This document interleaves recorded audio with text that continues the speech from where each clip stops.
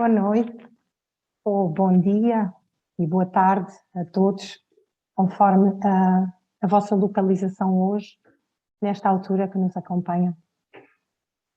Após uma pequena paragem, retomamos hoje a nossa atividade Puxa Palavra e em muito boa companhia, como vão ver já de seguida. O Puxa Palavra tem como objetivo ligar escritas e escritores de Angola e do Brasil, e hoje temos connosco Abreu Pache, de Angola, e Ricardo Aleixo, do Brasil. A mediação está a cargo de Caio Carmona, professor leitor brasileiro na Universidade Agostinho Neto, aqui em Angola. Passo agora a palavra ao Caio. Espero que gostem desta viagem pelas palavras escritas e hoje partilhadas de Abreu Pache e Ricardo Aleixo. Obrigada. Caio, o teu microfone não ligaste. Muito obrigado, Marisa. Uma boa tarde, uma boa noite a todas e a todos. Sejam todas e todos muito bem-vindos, muito bem-vindas ao nosso Puxa Palavra. Iniciamos esse semestre, né, com chave de ouro, né, de uma maneira muito bacana aqui com esses nossos dois convidados, né, o Abreu Pache, que já está aí na tela conosco. O Ricardo Aleixo teve um pequeno atraso, né, ele se encontra em São Paulo para várias atividades do Museu da Língua Portuguesa, e ele teve um pequeno atraso, mas à medida que formos conversando aqui, né, ele vai entrar e aí, enquanto isso, vamos seguir o papo aqui literário, cultural, da vida com Abreu Pache, né? A intenção desse nosso encontro é, como a Marisa já apontou, de estreitar ainda mais os laços entre esses dois países, Angola e o Brasil. E, de certa forma, é dar a conhecer mais a literatura de Abreu Pache no Brasil e a literatura de Ricardo Aleixo em Angola, né?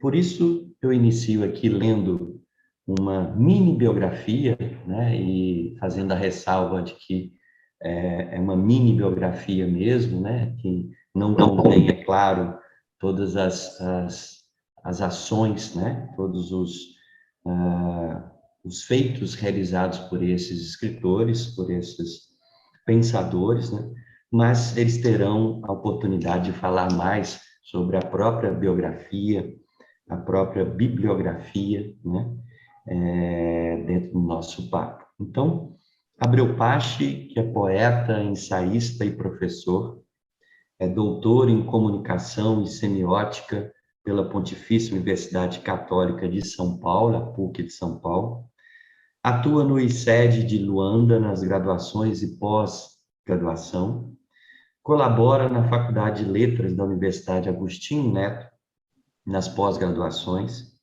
é autor dos livros A Chave no Repouso da Porta e O Vento Fede de Luz, membro da União dos Escritores Angolanos, na qual é atualmente diretor do Centro de Estudos Literários Angolanos, entre outras funções de direção aí exercidas.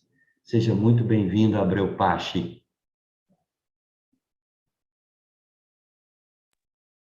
Boa noite, Caio Carmona, e boa noite também a Mariana e aos demais assistentes, né? Os nossos amigos que nos estão assistindo.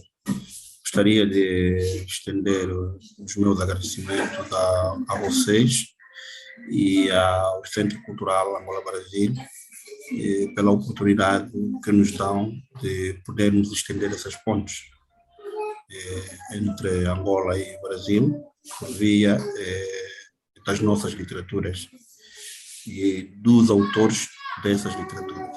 Muito obrigado. Seja muito bem-vindo, como eu falei, Abreu Pache. E eu já começo perguntando para você, Abreu, como é que como é que aconteceu e acontece essa sua relação cultural a partir da literatura, a partir da poesia, né, com o Brasil.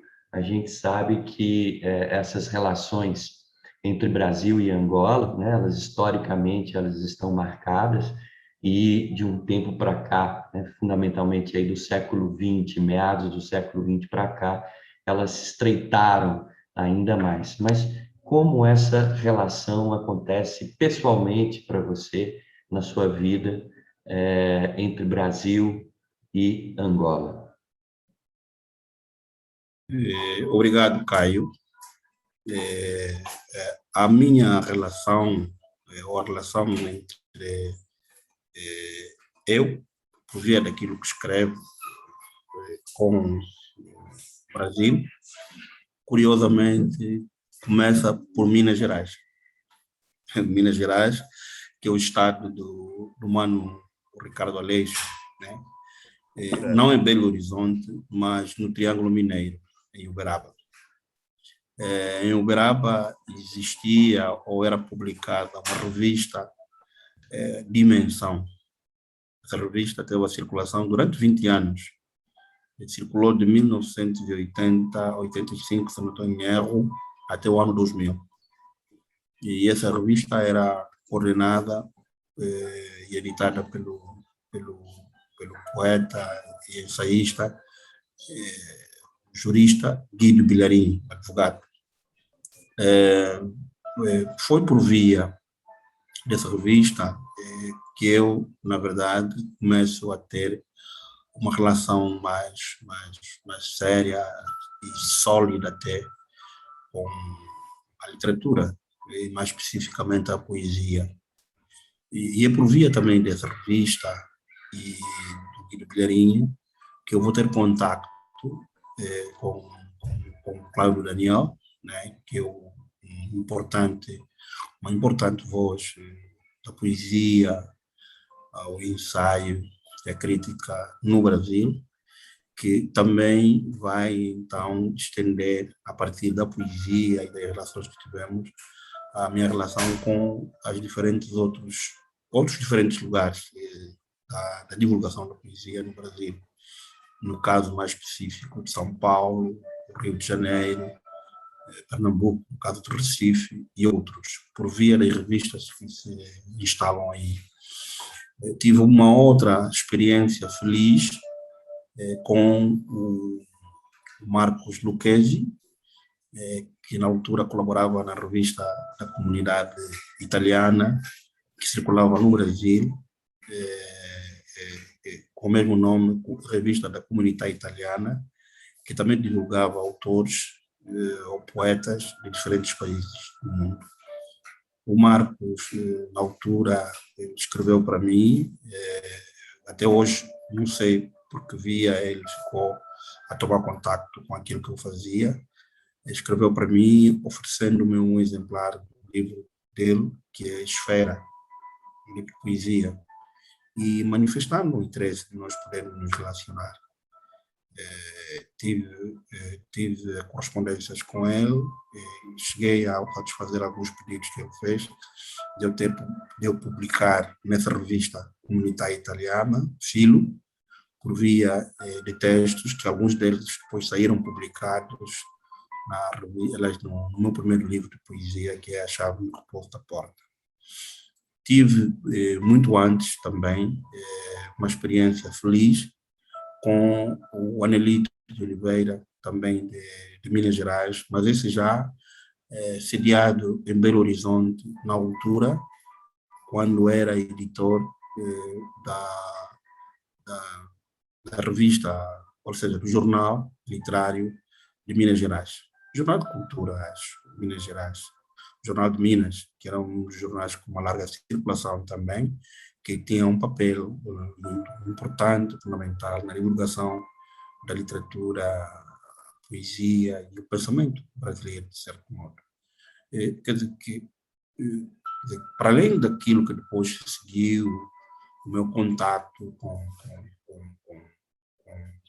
Frederico Barbosa, já como diretor da Casa das Rosas, para o primeiro evento que eu vou participar lá em 2006, a convite do Cláudio Daniel, com o convite também que eu recebi do Edson Cruz, que era amigo e editor, ele na altura e o People, que eram editores da revista Cronópios, que é uma revista importante da divulgação da poesia.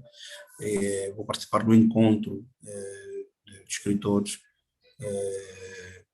da língua portuguesa no âmbito da participação da língua portuguesa no sistema mundo, ou seja, quando a língua portuguesa entra como língua oficial das Nações Unidas. Houve um evento que se realizou em Brasília e eu fui um dos escritores de língua portuguesa convidados para esse evento. Pronto, daí seguiram-se naturalmente os diferentes contactos que eu fui tendo, assinalando também um deles com o editor e poeta Regis Bovincino, da revista Sibila. Claro que tive outros contactos, tenho tido outros contactos com outras importantes figuras, não só do Brasil, como também da América Latina, né? Por via, claro, desse contato, dessa relação que se consolidou, se solidificou com os escritores e literatura brasileira. Maravilha, Abreu Pache. E o Ricardo Aleixo chegou aí para completar o nosso bate-papo, a nossa conversa. Seja bem-vindo, Ricardo Aleixo. Eu vou, como eu fiz com o Abreu Pache, ler a sua mini biografia aqui e depois eu passo a palavra para a gente continuar aqui, tá bom? Ricardo Aleixo é artista, pesquisador, intermídia, ensaísta e diretor e editor. Suas obras mesclam poesia, artes visuais, vídeo, dança, performance, música e design sonoro. Tem 14 livros publicados. Palavrear, da Todavia, de 2018, voltado para o público infanto-juvenil, atingiu a marca de 48 mil exemplares vendidos. Já se apresentou nos seguintes países: Alemanha, Argentina, Portugal, México, Espanha, França, Estados Unidos e Suíça. E agora, mesmo que virtualmente, em Angola, né? Desenvolve seus projetos de pesquisa, criação e formação no LIRA, Laboratório Interartes Ricardo Aleixo, situado no bairro Campo Alegre, periferia de Belo Horizonte. O mesmo espaço abriga a loja onde são comercializados seus livros, cartazes, poemisetas e outros produtos. Como eu disse, seja muito bem-vindo, Ricardo Aleixo, a esse nosso bate-papo. Muitíssimo obrigado, Caio. É um prazer estar aqui com vocês e especialmente pela possibilidade de reencontrar, ainda que virtualmente, o Mano Abreu Pache, com quem eu tive a possibilidade de ter não só uma interlocução boa, mas de também tê-lo trazido para o campo das performances, né? Não sei se ele contou isso, mas ele já performou sob a minha direção. Eu estava aqui, enquanto tentava chegar, eu estou aqui na sede do Instituto Moreira Salles, em São Paulo. Estou passando a semana inteira aqui, porque eu estou montando uma exposição, estou compondo a trilha sonora para uma outra. Enfim, eu estava rindo aqui porque eu pensava, sou aquilo que define como um poeta que trabalha com a poesia expandida, mas quanto mais expandida ela é, mais comprimido o tempo fica. Então, por isso que eu me atrasei, porque eu cheguei aqui, e esse aqui é todo um mundo, né? Até encontrar uma sala em que eu pudesse ficar, porque o meu próximo compromisso já é neste prédio. Então, foi por esse motivo que eu me atrasei, mas é uma extrema alegria estar com vocês aqui nesse retângulo, por alguns breves e espero que eternos momentos. Isso mesmo, Ricardo, muito obrigado. A ideia é justamente essa, são esses momentos de tentativa de estreitamento, né, entre essas culturas, esses países, Angola e Brasil, e vocês trocarem as suas experiências, como você contou aí, da experiência da performance com o Abreu Pache, né? E eu estava conversando aqui, antes de você chegar, com o Abreu Pache, né, dessa ligação dele com o Brasil, né? Como é que foi, como é a partir da experiência dele, né? Lembramos aqui, né, que essas ligações elas são históricas e literariamente, a partir do século XX para cá, elas estão mais ainda aproximadas, né? E como é que é a sua relação, Ricardo Aleixo, né, pessoalmente, na sua vida, essa relação com Angola, com o continente africano? Eu cresci totalmente apartado de qualquer possibilidade de conhecimento das coisas de África, né? Eu e toda criança brasileira nascida na década de 1960, mas também as que nasceram na década de 1970, nas de 80, ou seja, não é um acidente que a gente não conheça, né? Eu digo por Blag que tenho muita vontade de processar o Estado brasileiro por ter me impedido de conhecer a cultura dos meus ancestrais e por ter me impingido o pior da cultura do colonizador. Porque se tivessem pelo menos me dado o melhor do que eu chamo de cultura branca, não iria me satisfazer. Se eu tivesse recebido na escola o James Joyce, o Faulkner, o Drummond, não, deram, nem vou citar nomes, mas nos impingiram o pior. E uma total anulação da presença de África no Brasil. Um pouco como se fosse uma aberração a ideia de uma literatura e de uma poesia africanas. Vai se passar, e o mesmo se dando com relação à presença negra na poesia e na literatura brasileiras. Então, eu preciso chegar aos 20 e poucos anos para, por minha conta e risco, descobrir, por exemplo, o nosso simbolista mor, Cruz e Souza. Muito mais anos para descobrir Luiz Gama. Isso estou falando do Brasil ainda, com toda a dificuldade de acesso às obras. E eu tive, aos 27 anos, quando eu já atuava no jornalismo cultural, eu, eu escrevia num jornal de Belo Horizonte chamado Jornal de Opinião, que era um jornal católico. Depois ele chamava-se Diário Católico e depois tornou-se Jornal de Opinião. E essa experiência foi muito importante para mim, porque eu assinava duas colunas, era um jornal semanal. Assinava uma coluna de música e uma de livros. Isso me ajudou a sistematizar uma forma de conhecimento das literaturas. E o outro fator favorável foi que, como tinha uma visibilidade grande, as editoras começaram a mandar livros para mim. Então, juntou-se a fome com a vontade de comer, e eu pude conhecer muito mais coisas do que eu conheceria se dependesse da escola, que eu já não frequentava, porque, como é sabido, eu sou aquele tipo que fugiu da escola para poder ter tempo de estudar. A escola não foi feita para isso, né? Então, eu precisava ter tempo de estudar e estudar só o que eu queria e a fundo. E nessa mesma altura, 27, 28, 29 anos, 28, quando se dá o centenário da abolição da escravatura no Brasil, eu era assessor da Secretaria de Estado de Cultura, trabalhando sob a coordenação do nosso imenso, mas nunca suficientemente lembrado poeta Adão Ventura. Então, muitas conversas diárias. Imagina para um garoto de 28 anos poder conviver com um poeta imenso como o Adão Ventura.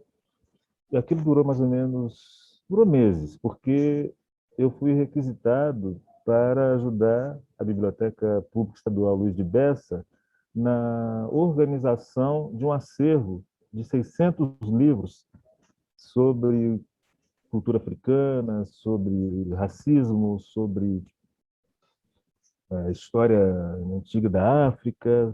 600 volumes de um intelectual negro de Belo Horizonte, chamado Coronel Antônio Carlos Pimenta. Estou falando de um coronel de polícia nos anos 20 e 30, que juntou 600 livros sobre africanidades. Eu tive a honra de catalogar esses livros com mais 2 pessoas da equipe e também de rastrear no acervo da Biblioteca Pública tudo que havia ligado a esse mesmo assunto. Então, eu passei 1 ano e meio, mais ou menos, lendo. Eu sempre li muitos livros ao mesmo tempo. No mínimo 3, 4. Mas a média boa mesmo era 5, 6. Imagina, você ser pago para cuidar de um acervo como esse, podendo ter acesso a tudo de mais importante que se publicou, não só sobre o Brasil, mas também sobre os países africanos. E foi aí que eu conheci uma antologia, eu conheci muita coisa dispersa. Poesia de Moçambique, poesia de Angola, antologias, né? De Cabo Verde. E aquilo foi me dando direções, no sentido de, vou descobrir quem é Arlindo Barbeiros, vou pesquisar quem é Arlindo Barbeiros. E assim foi, assim, muito por essa circunstância profissional que depois foi se depurando. Eu fui numa busca já mais rotinizada, até que eu encontro o poeta angolano com o qual eu mais me identifico, que é Abreu Pache, porque tem em termos de exploração da camada, a imagética de Abreu Pache, eu acho uma coisa extraordinária, associada à exploração da camada sonora e uma tensão no tratamento do tema, que me é muito cara também, mas uma timbrística muito rica. Eu realmente sou muito fã da poesia do Abreu. Sei de outros. Eu tenho tido a oportunidade de conhecer muito mais agora também, porque, além de ter participado com frequência do júri do Prêmio Oceanos, há o podcast que a Oceanos produz e divulga pelo mundo de língua portuguesa. Eu tenho sido convidado para fazer locuções. Ainda agora, ontem, eu entreguei uma nova edição com a leitura de vários textos do Ondiak. Então, hoje, essa história do melhor dos mundos que eu vivi lá aos 27 anos, ela agora se amplifica, porque continuam a me pagar para conhecer o melhor das literaturas desse mundo tão próximo e tão distante da gente. Que bom, Ricardo Aleixo, né? Então, que está se reencontrando aí, né? O início e agora está se concretizando aí para você, né? E seja bem-vindo, né? Aqui em Angola, uma das nossas vontades, né, do Centro Cultural do Brasil e Angola era, desde sempre, convidar e trazer escritores brasileiros, né, para cá, para se apresentarem, para fazer diálogos e tudo. Infelizmente, a pandemia, né, ela atrasou um pouco esse nosso desejo, né? Mas tomara que isso ainda se concretize, né?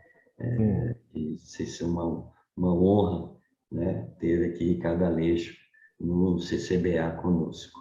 Será um prazer. E já que você citou aí, Ricardo, a poesia do Abreu Pache, né?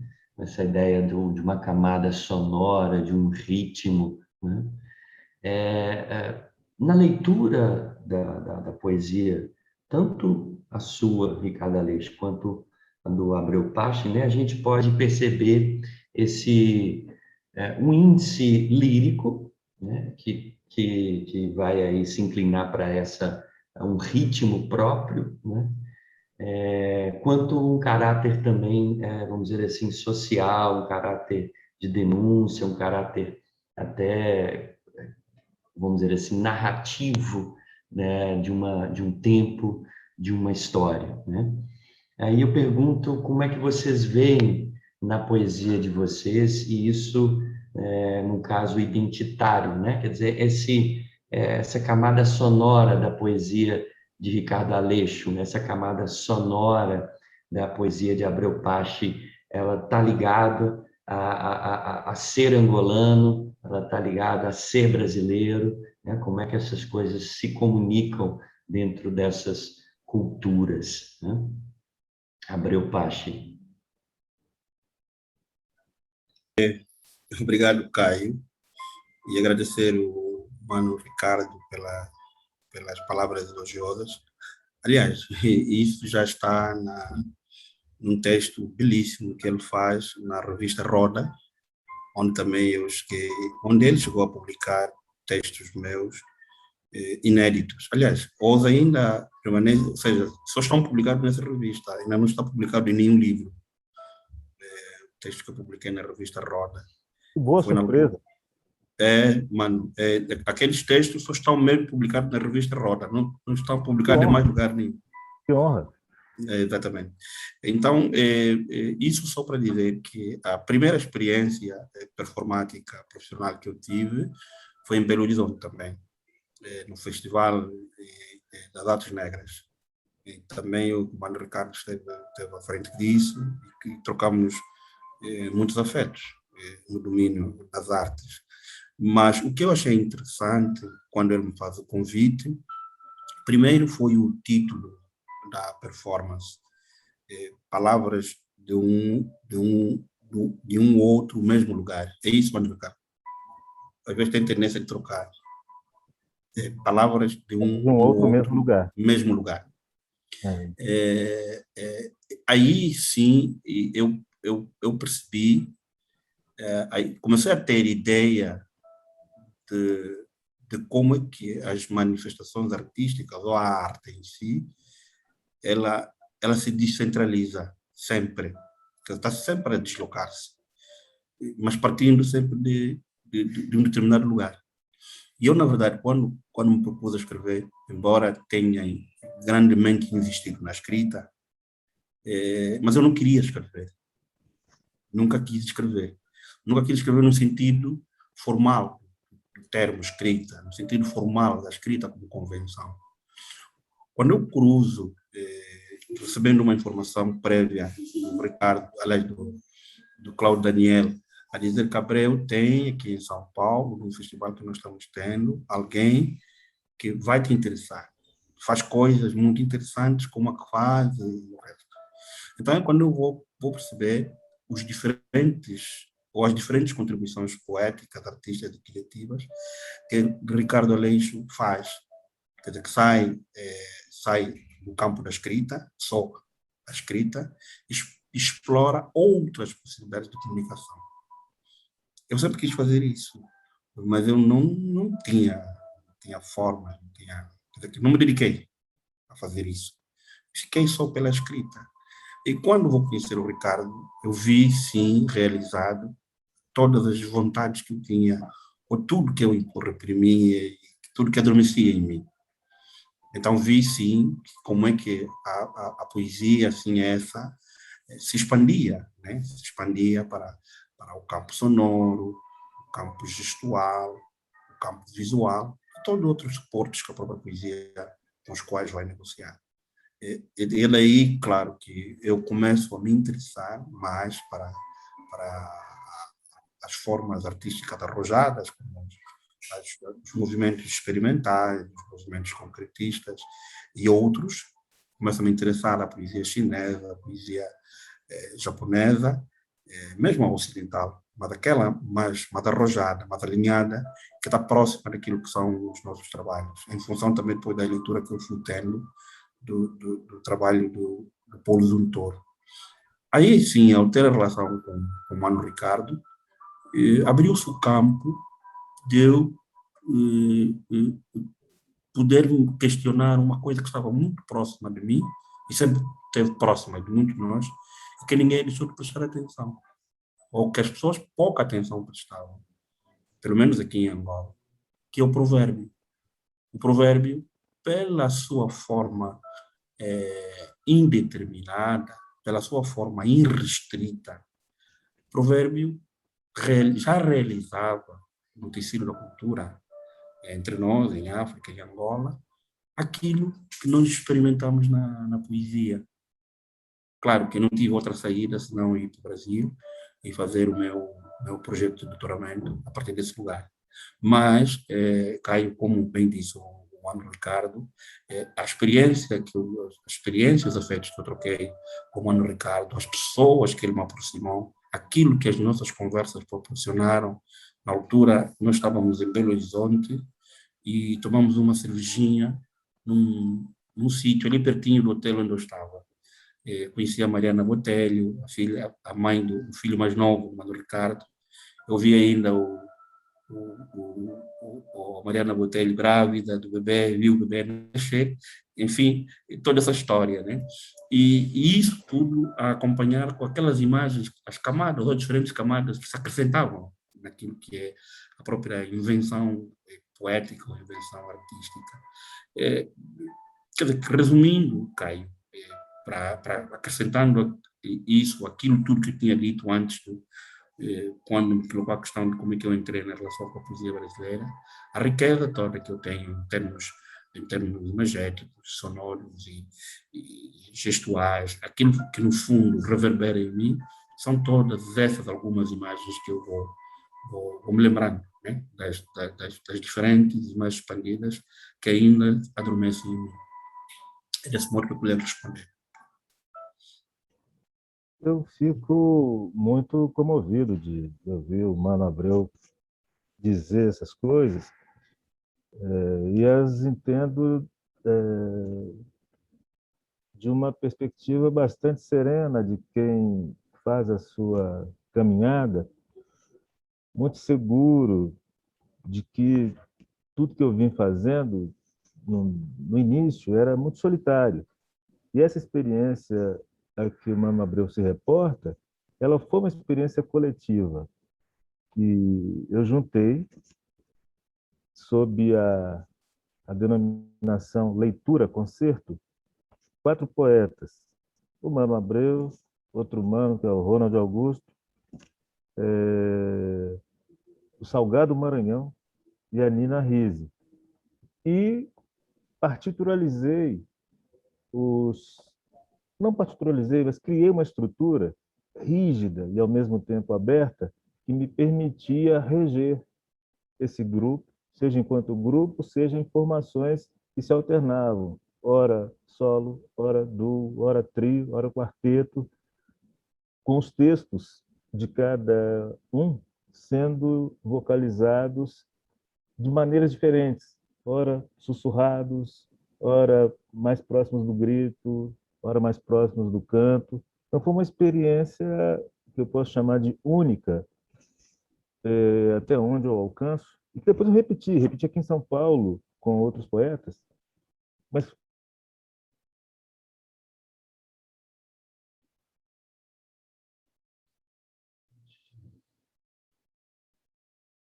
Parece que travou um pouco, Ricardo Aleixo. Se você estiver nos escutando, Ricardo, a sua conexão congelou a sua imagem e o som parou. Acontecem esses problemas técnicos, né? Nesses tempos nossos em que todo mundo está conectado, todo mundo ligado na internet.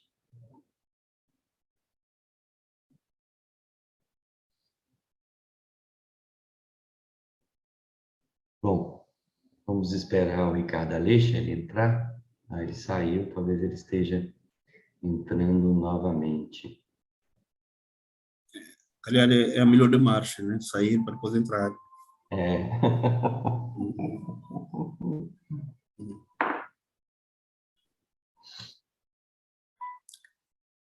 Esperar. Enquanto isso, Abreu, Conta mais um pouquinho, então, dessa experiência que vocês estão falando. Ricardo Aleixo está comentando aí um pouco. Sim. Quer dizer, o que eu achei interessante, primeiro, é a experiência que o Mano Ricardo faz, partindo de textos escritos de diferentes poetas, como o Ronald Augusto, Uhum. Porto Alegre, um ano com o qual também tivemos momentos muito intensos, né? Partilhas muito intensas. Aliás, até chegamos a viajar juntos, saindo de Minas Gerais, juntos, no aeroporto lá de Belo Horizonte, de Salgado Maranhão, né? Grande Salgado Maranhão, que é o membro da Academia de Letras do Brasil, e a Nina Rigi. A Nina Rigi, formada na altura, já era assim, formada em História, e também tinha assim, coisas muito interessantes. Então, cada um de nós veio com experiências diferentes. O Salgado Maranhão um pouco mais velho, com um trabalho mais sólido, né? Uma caminhada mais sólida de cada um de nós. Mas quando a gente nos encontra lá, e a forma como o Mano Ricardo combinou esse exercício de exploração das vozes, das modulações, o grito, quer dizer, tudo aquilo que saísse de forma de voz. E eu, como tenho dificuldade de verbalizar, colocar a voz em tom alto, ele tinha uma relação também com o sonoplasta muito bom e fez aquilo que o Mário Ricardo chamou de compensação, né? Quer dizer que ele regulou o meu microfone a um nível em que compensasse a capacidade de poder falar baixo. E eu achei tudo aquilo à altura do trabalho que nós estamos a fazer da performance, dos ensaios, né, da própria performance depois que nós apresentamos. E, claro que ao olhar para esse trabalho, para aquilo que tinha sido feito, eu percebi as diferentes, e o próprio trabalho que o Ricardo Aleixo tem, eu vi as diferentes formas como nós podemos explorar a poesia. Uma coisa que nós, de forma saturada, sabemos só que está no livro, está no papel, está em verso, né? Quando ela pode ser manifestada e dita de diferentes outras formas. Foi uma experiência a todos os títulos muito memorável e agradável até. Inclusive, eu cheguei na altura a colocar o desafio, nem sei se o Ricardo tem uma ideia disso, que nós pudéssemos ter a performance gravada em forma de CD, na altura ainda vigorava, não sei se esses CDs hoje circulam, a ver se pelo menos nós pudéssemos distribuir, partilhar aquele material com um público maior àquele que teve acesso na altura à performance do nosso trabalho, durante o Festival de Artes Negras. Eu peguei, caí aqui, a conexão caiu. Caiu, vimos. Foi muito interessante ouvir exatamente a parte que o Mano Abreu falava do microfone preparado para o tipo de voz dele. Isso me permite voltar ao que eu estava dizendo para refutar qualquer hipótese de, no meu projeto criativo, o peso da música estar ligado ao fato de eu ser negro. Nenhuma relação. Eu chego à música ouvindo a Tropicália, ouvindo jazz, que sim, é negro, mas é outro modo de se relacionar com isso. E o mundo sonoro, para mim, ele não se restringe à música, assim como a música não se restringe ao ritmo. Isso tudo, o que aconteceu na leitura-concerto, é fruto de décadas de estudo das músicas eletrônica, eletroacústica, concreta, daquilo que é chamado genericamente de vanguarda, mais a rádio arte, mais a sound poetry, mais... Agora, ambientado num espaço que era um festival de arte negra. E é preciso lembrar o que eu falei logo que eu entrei.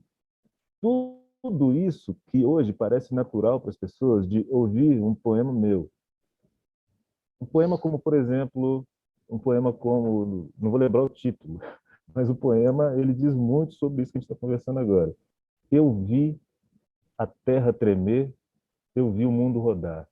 Eu vi a terra tremer, eu vi Angola falar.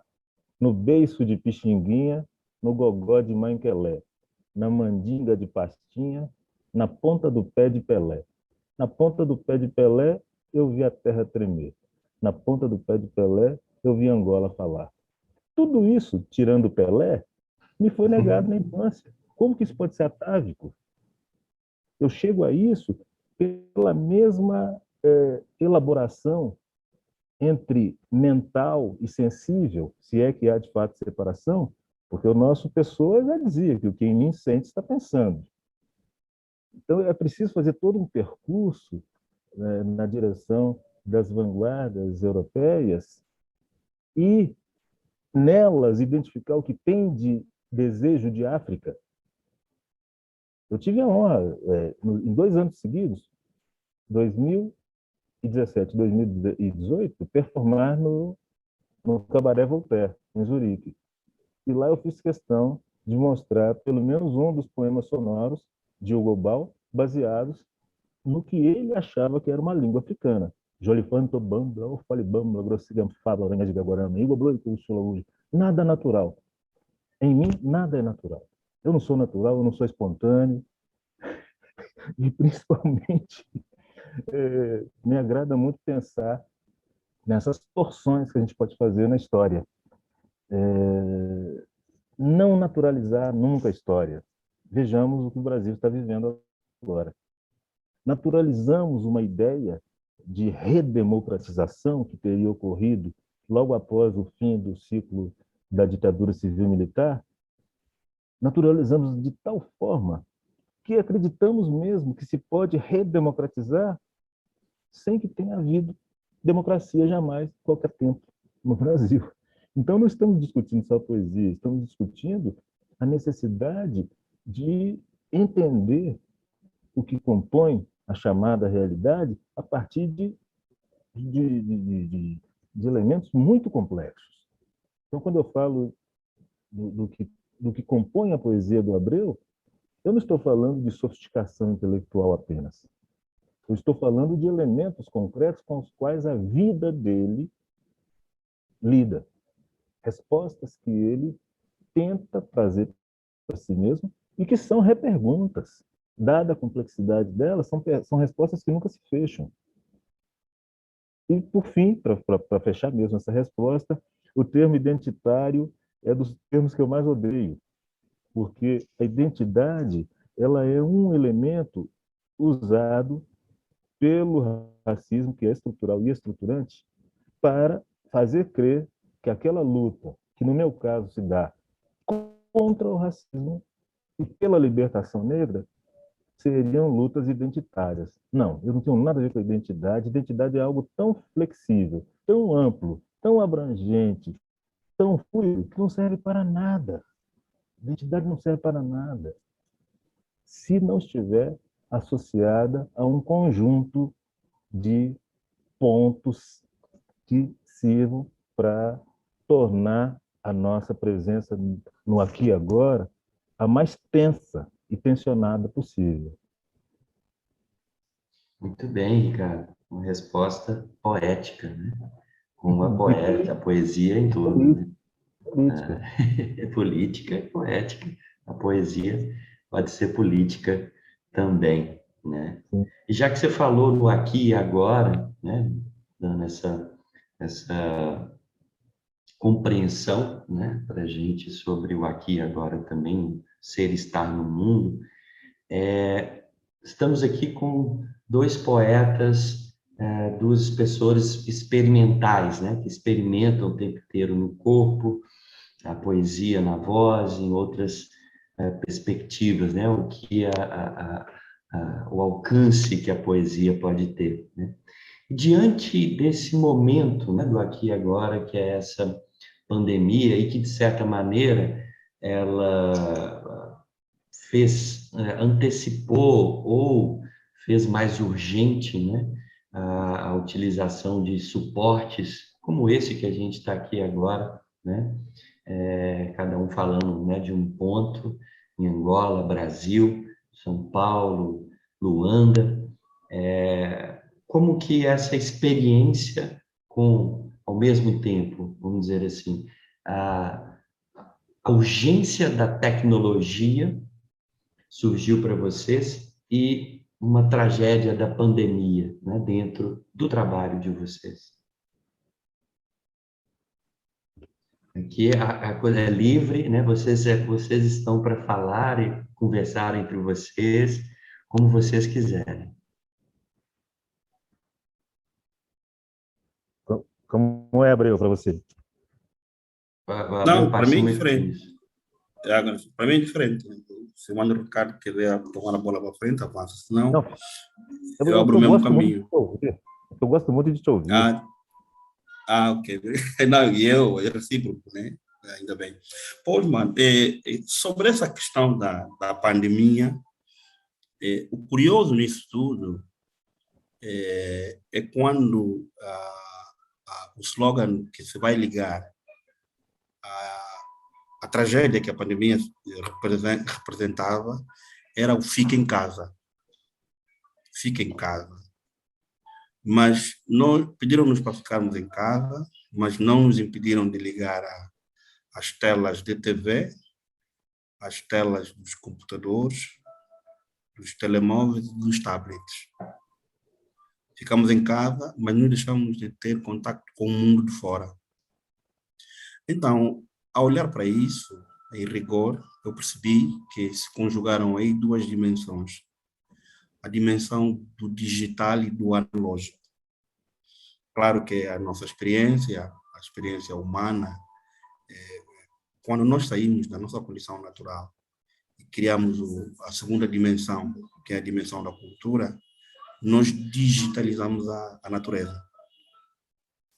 Quer dizer, criamos, ou seja, traduzimos a natureza para aquilo que nós depois vamos construir como invenção cultural, como criação cultural, que no fundo é o que nos vai administrar do ponto de vista político e daquilo que a gente precisava ter como forma de sobreviver, de ter vida. E ao olharmos para a pandemia, ele não deixou de forma rigorosa mostrar-nos esse lado, mas já de forma radical. Imagina que nós estamos aqui nesse momento falando numa live que há 2 ou 3 ou 4 ou 5 anos atrás teria que acontecer aqui. Eu teria que sair de casa para estar no Centro Cultural Brasil-Angola. Mano Ricardo teria que sair de Belo Horizonte para estar em Luanda e também estar no centro. Nós temos que estar no centro, falaremos a partir do centro. Mas a atividade está a ser administrada e regida pelo centro, estando cada um de nós no lugar onde ele está. Imagina que eu hoje estaria também, não aqui em casa, mas num evento que depois foi adiado, na Academia Bay. Era de lá onde eu faria essa live. O Mano Ricardo está a fazê-lo no Museu de Língua Portuguesa. Encontrou um lugar alternativo para poder fazer essa live.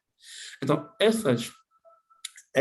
dizer, a própria pandemia ajudou-nos a redescobrir esse lugar. Digo redescobrir porque, no fundo, isso já é uma parte, uma componente, uma coisa que está intrínseca a nós.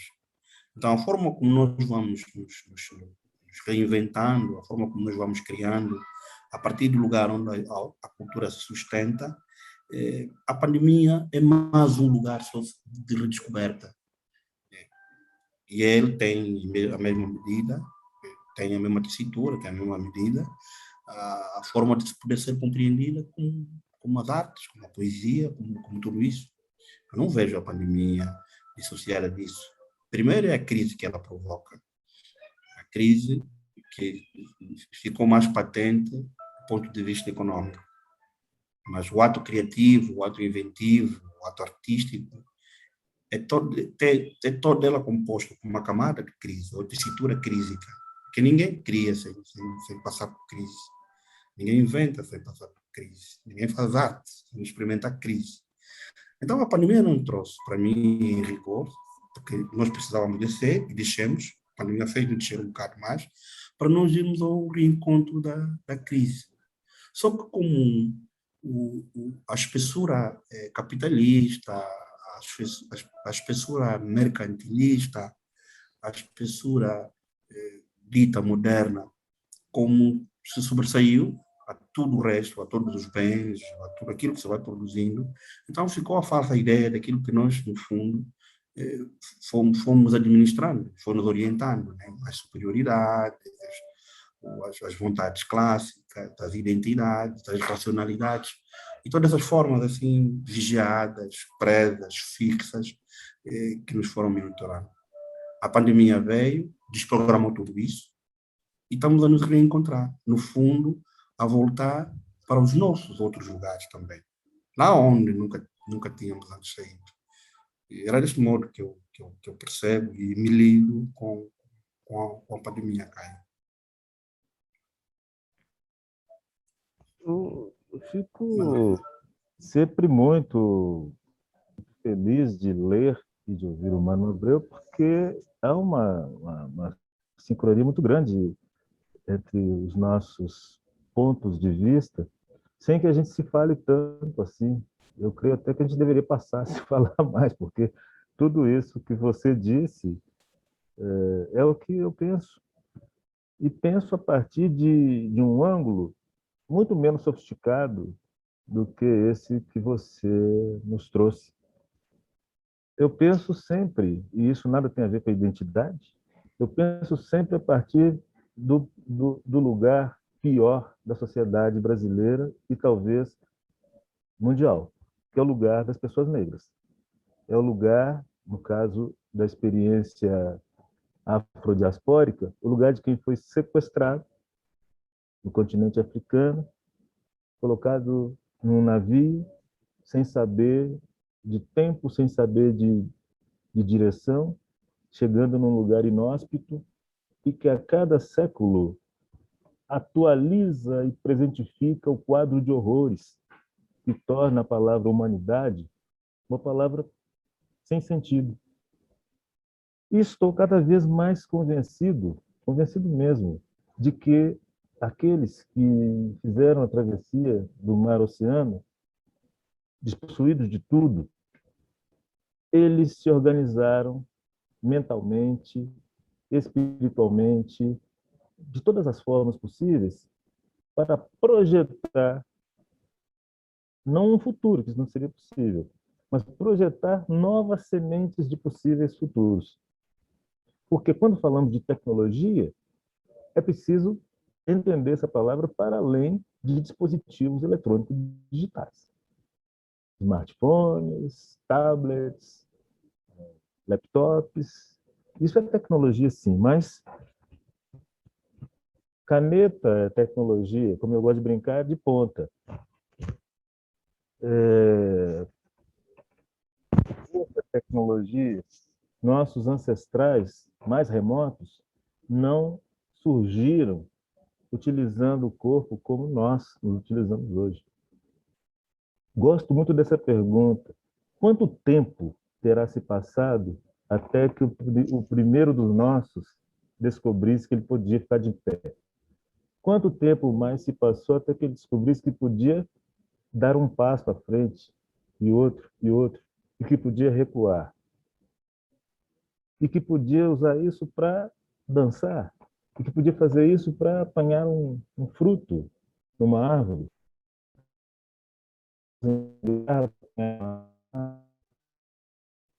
E fazer alguém, isso tudo é tecnologia. E o que aconteceu aí é um relato pessoal comigo, a dor que nos tomou a todos, ela me impediu de viajar. Eu levei os últimos 15, 16 ou mais anos da minha vida viajando, entre maio e dezembro, por todos os lugares do Brasil e por muitos países. Isso me obrigou a ficar em casa. a imagem ficar em casa, hoje ela me parece a mais rica de todas, porque eu descobri que casa era minha, o que é que tem nessa casa, o que é essa casa, como ela pulsa, como ela respira, como ela olha, não como ela é olhada apenas, como ela olha, como me vê, como ela quer que eu me relacione com ela. E é a casa onde eu cresci. Foi a última morada de mãe de meu pai. As memórias todas estão lá.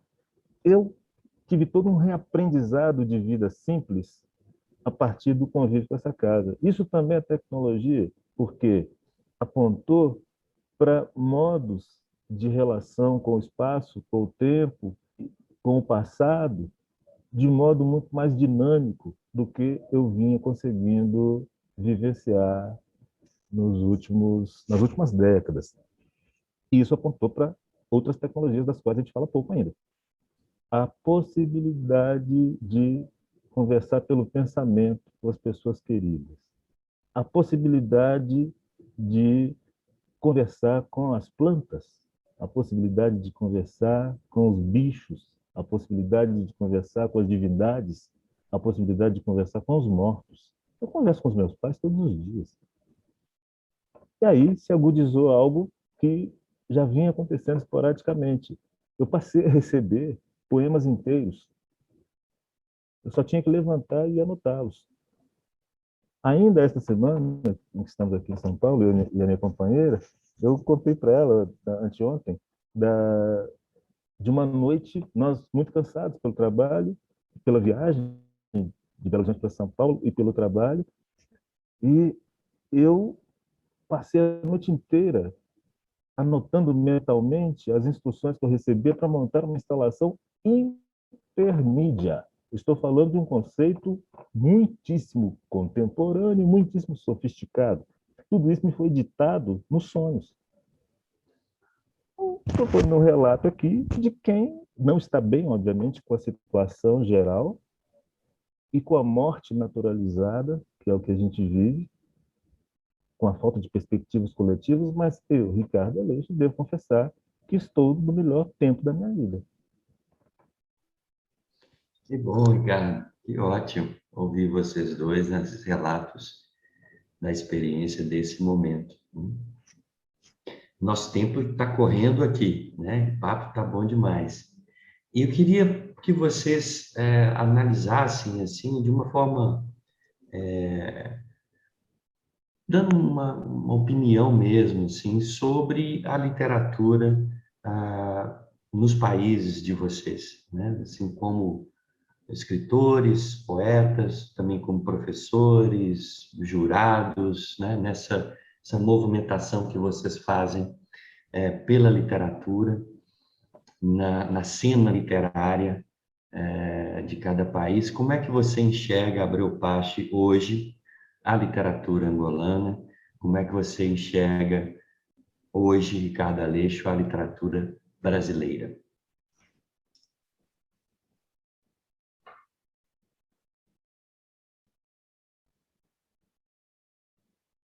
Ricardo, Abreu Pache. Eu já falei que, por definição, eu gosto de ouvir o Abreu antes. Está parece um comboio, né? A performance do comboio, um atrás do outro. É isso aí.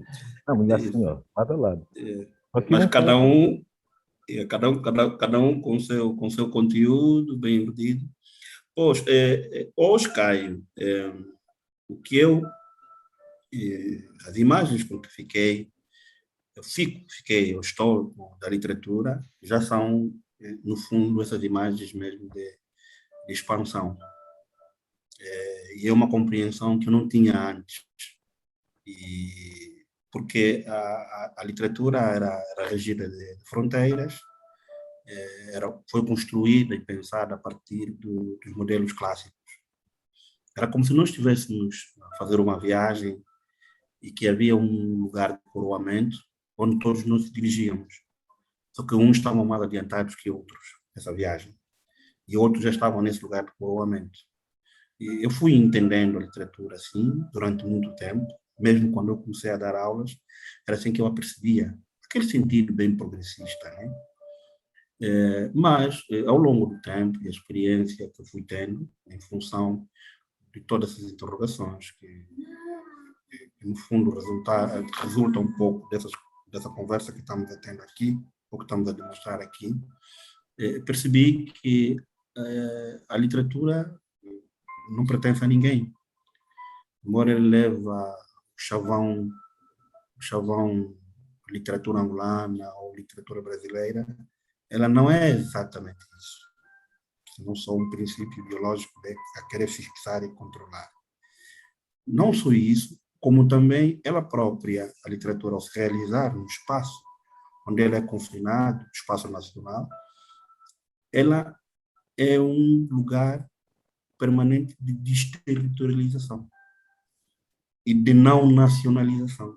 Não tem nada a ver com isso, primeiro. Segundo, do ponto de vista técnico, crítico, literário, artístico mesmo, a literatura também é um lugar que não pertence a ninguém. Então, não há gerações mais importantes que as outras. Não há gerações insubstituíveis em relação às outras, por exemplo. E nem sei se precisamos nos catalogar em gerações, né? Como fomos catalogados, ou como temos sido catalogados. Então, a forma como a própria literatura em Angola, ou o fazer literário, e as formas como ela se vai manifestando, ou vai se mostrando, com o trabalho que os jovens vêm fazendo, com publicações individuais, publicações coletivas, há diferentes associativismos literários, porque o que existia antes era só uma casa que se chamava União dos Escritores Angolanos. Depois existia uma brigada jovem de literaturas e aparecia um ou outro escritor solto.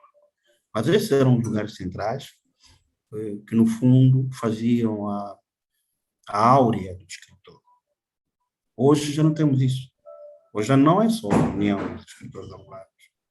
Hoje já não é só a Brigada Jovem de Literatura. Hoje também é movimento como o Levarte, o movimento como o Literagres, o movimento cultural do CUNEN, enfim, há um conjunto de grupos associados, jovens, espalhados pelo país fora, e uns instalados aqui em Angola, outros fora da Angola, mas como angolanos, que vão mostrando essa necessidade ou seja, essa eliminação das fronteiras, essa descontinuidade das fronteiras que se criam na literatura. E para mim, quer dizer, colando isso ao tema anterior que nós estivemos a falar da pandemia, tem sido um grande alívio. Para mim, como tendo experiência, primeiro como escritor, em função de um discurso quase que isolado que eu tive durante muito tempo, eu fazia coisas que passaram a ser coisas minhas só. E até diziam, era catalogado assim, que aquilo que o Abreu faz ou diz, só ele que entende. Então era uma coisa estranha. De repente, aqui, quer dizer, que a minha condição estranha naturalizou-se. E as coisas vieram se evidenciando em função da forma, de como os jovens, com aquilo que vão fazendo, que naturalizaram aquilo que eu, no fundo, já reivindicava. Eu também dizia antes que quando eu propus-me a publicar, a fazer um livro, sobretudo o primeiro livro, A Chave no Repouso da Porta, mesmo que se seguiu o vento feito de luz, aí também a ideia da pandemia, né, a janela, a ventana, o vento, a janela, dizia que a poesia que eu buscava era aquilo que eu vivia. Eu vivia numa sociedade que experimentava a gramaticalidade. A minha sociedade não tinha gramática, fruto das crises, as diferentes crises que nós vivemos, manifestadas pela guerra, por um sistema de democracia débil, por um sistema de governação débil, por um desordenamento territorial. A cidade era invadida por coisas estranhas, muito estranhas. A cidade não era higiênica, não é higiênica, como as outras cidades que nós conhecemos. Então, esse problema da cidade ser invadida com outras coisas, que lhe retiravam aquela higiene que as cidades têm, era isso que a minha poesia buscava, era com isso que a minha poesia reverberava. Era isso que a literatura humana vai tendo, vai demonstrando. Então, nós também pensamos num outro lugar, que do mesmo modo como Sankofa dizia, né? Retorne e aprenda com o passado. E nós cá temos um provérbio que diz que se tiver certeza que não vais conseguir seguir em frente, pare, olhe no mínimo para trás, que vais te lembrar do percurso que fizeste.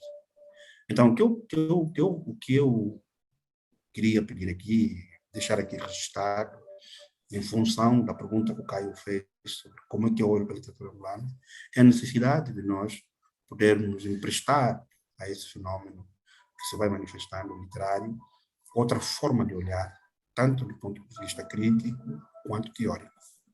Sobretudo, quando se pensa que a literatura é só o escrito, o grafo. E mesmo que nós falarmos de escrita e grafo, vamos associar a essa escrita e grafo oralidades. As diferentes técnicas, essas que o Mano Ricardo disse. A técnica do ficar de pé, a técnica de dar o primeiro passo, a técnica de recuar, a técnica de agarrar, de conceber diferentes materiais. Aliás, a cultura é essa componente da digitalização, da construção técnica, da memória técnica, de modo geral. Então, o que eu precisava, na verdade, é isso, é que até a forma de nós teorizarmos, ou criticarmos, ou olharmos, lermos a nossa literatura, devia mudar, porque foi, para mim, um sufoco, tem sido, às vezes, um sufoco, dialogar com jovens estudantes, para mostrar esse outro lugar que nós precisamos construir no domínio da literatura. E eu acho que é desse modo que eu vou lendo a literatura angolana, não porque eu quero que seja assim, mas em função daquilo que ela própria vai manifestando como elementos de construção artísticas. Então, essas contemporaneidades que se vão associando ao fazer artístico é que a mim interessam, e não uma contemporaneidade fixa, presa e convencionada. Muito bem, André. O Ricardo saiu e entrou novamente, né? Então, o Mano Ricardo sabe sair e entrar, né? Sabe sair e entrar. O movimento. O movimento é assunto de Exu, que é o que faz as conexões entre o mundo das divindades e entre esse mundo e o nosso. E é por isso que eu tomo Exu como uma das imagens mais importantes para falar da literatura brasileira hoje, em termos de sua diversidade.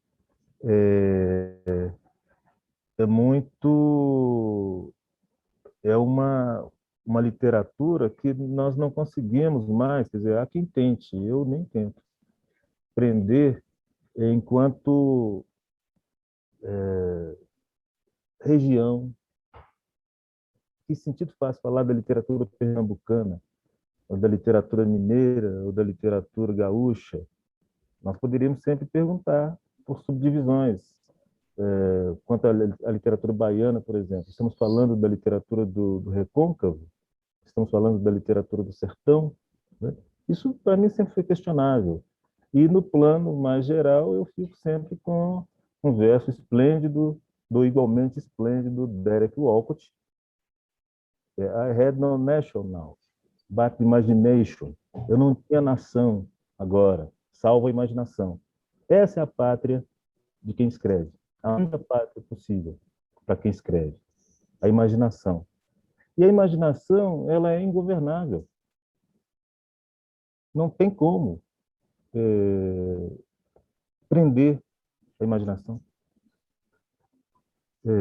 num único lugar. Ela vai sempre ser algo que vai escapar de qualquer tentativa de controle. É com isso que eu lido. Vejo muita coisa boa, muita coisa forte, muita coisa intensa, muita coisa frágil que precisa ser ainda depurada, mas a própria ideia de depuração precisa ser depurada também. Então, eu evito julgamentos taxativos com relação ao que seria a literatura brasileira hoje, que ela está em processo, felizmente. Ótimo, Ricardo. Muito bem, Abreu. Nosso tempo, infelizmente, já está aqui esgotado. Mais um bate-papo maravilhoso. E eu queria aí passar para as últimas palavras de vocês, Abreu Pache, Ricardo Aleixo, para a gente ir para a despedida. Abreu? Agradeço, Caio, primeiro, por provocar esse encontro com o Mano Ricardo. Foi imensa a alegria por estar com um imenso Mano Ricardo, né? Nesse momento. E agradeço também ao Caio, o Centro Cultural Brasil-Angola, por nos proporcionar isso. E também a forma como soube explorar aquilo que, no fundo, adormece em nós. Né? Muito obrigado.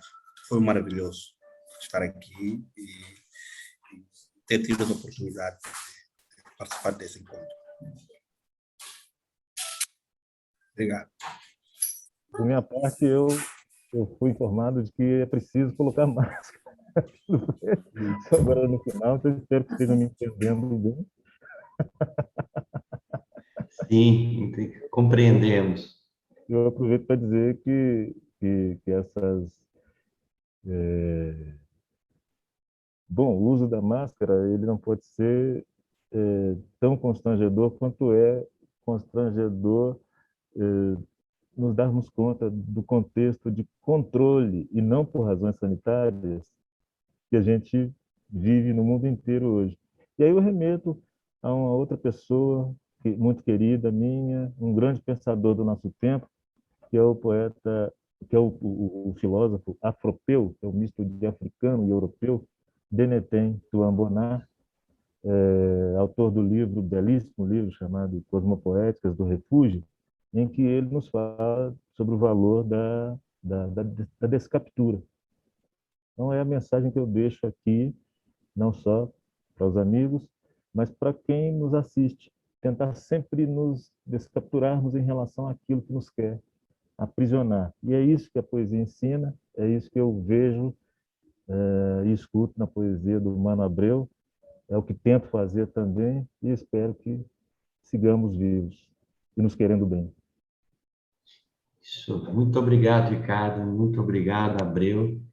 Sou eu quem agradeço essas aulas belíssimas aqui, a honra de escutar vocês.